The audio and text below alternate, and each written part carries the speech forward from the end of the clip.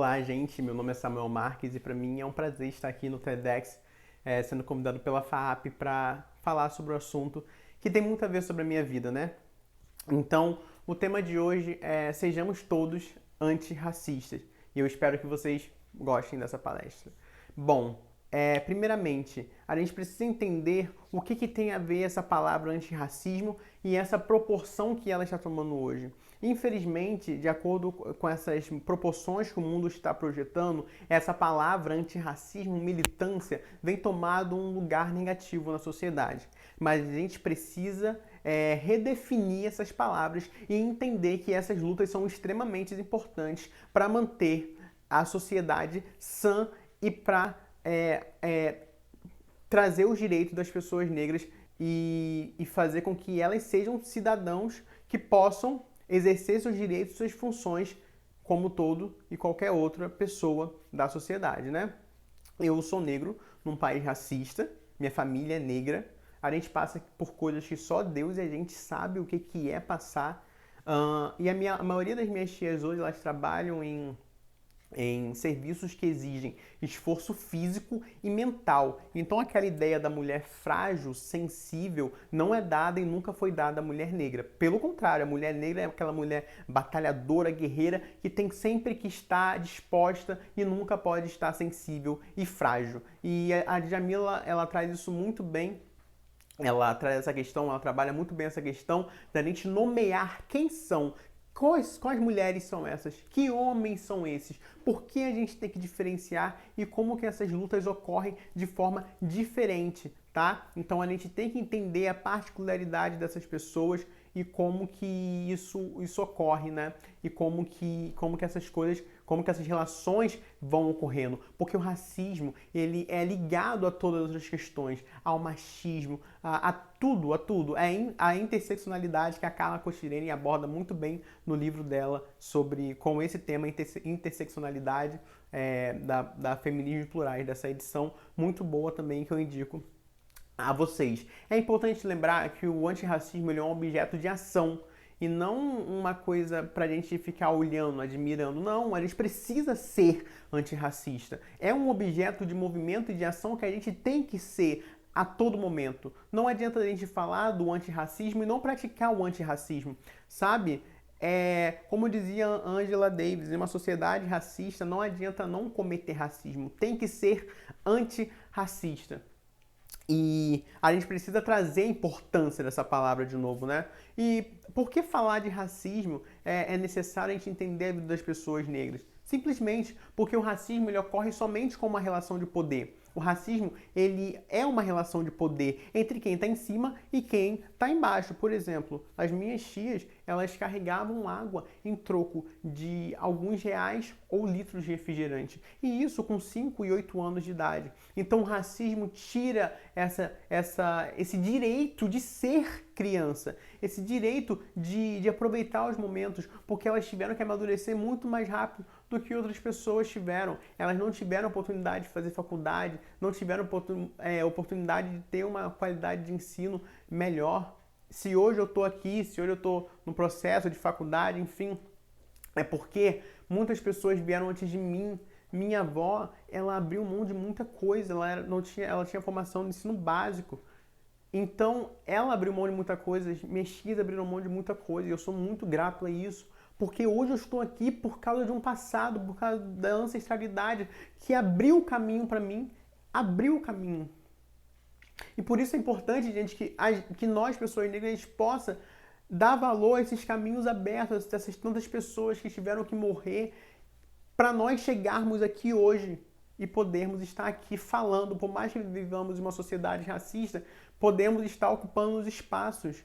E isso é fruto de muita batalha antes da gente, tá? Gente, o racismo é uma relação de poder. Quando, por exemplo, o amensalismo é uma questão, uma relação ecológica, né? Vou dar um exemplo para vocês. Por exemplo, o elefante, né? Muito grande, e a formiga no chão ou na grama, ou a própria grama. Quando esse elefante pisa na grama, ele impede a grama de receber por um momento, um período, ou até por várias horas, luz solar. Ou seja, fazer sua fotossíntese, né, produzir ali o açúcar, né, para poder se alimentar.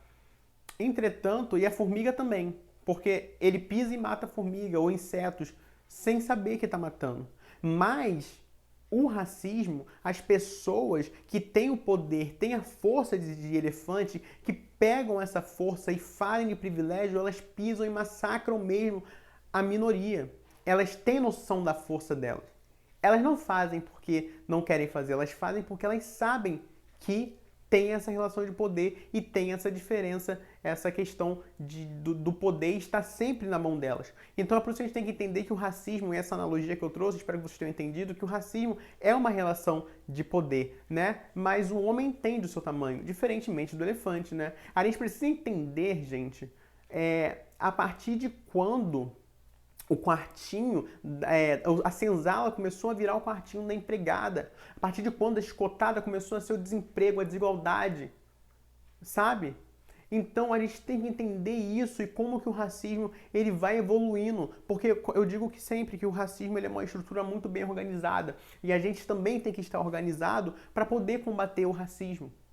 Porque ele é uma estrutura organizada. Desde quando os senhores começaram a ser os CEOs, e não há nenhum problema em ser liderança, mas quem chega na liderança? E por que isso acontece? Porque existe muito discurso da meritocracia, sabe? Não há nenhum problema em ocupar a liderança, mas quem chega nesses lugares? Porque na meritocracia no Brasil, na verdade, as pessoas ficam, porque tem cota, porque tem ações afirmativas, porque as pessoas querem sempre, as pessoas que negam isso querem sempre competir, querem estar no topo, mas não entendem os problemas sociais que nós já vivemos. Então, por isso a gente tem que se engajar e tem que ser antirracista e tem que defender essa causa. A gente não pode ter medo de falar sobre antirracismo. Como diz o Djonga, a gente é nominado pelo efeito dominó que derruba a peça preta há mais de 500 anos. A gente não pode deixar com que o racismo afogue as nossas lutas. Já dizia Paulo Freire, né?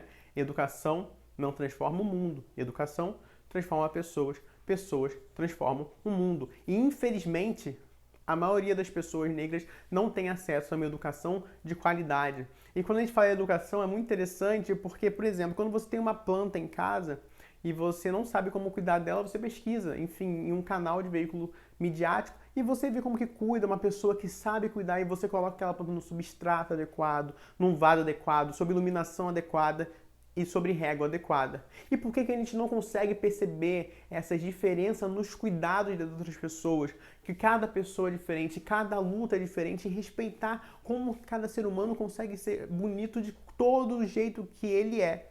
E como que a gente consegue tratar ele da forma com que ele foi formado a ser. Porque cada ser humano ele é formado a ser alguém. A personalidade ela é formada de acordo com as experiências que eles vivem, né? E, infelizmente, a maioria das pessoas negras não estão dentro das faculdades, não estão dentro das lideranças das empresas.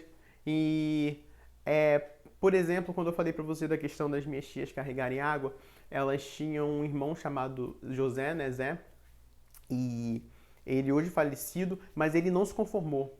Ele saiu, foi se formar em economia numa universidade privada, hoje já extinta, e ele falava para minha avó, vou tirar vocês daqui, vocês vão sair daqui.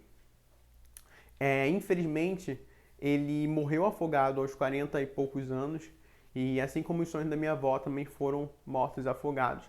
Minha avó dizia que parte dela se foi com ele.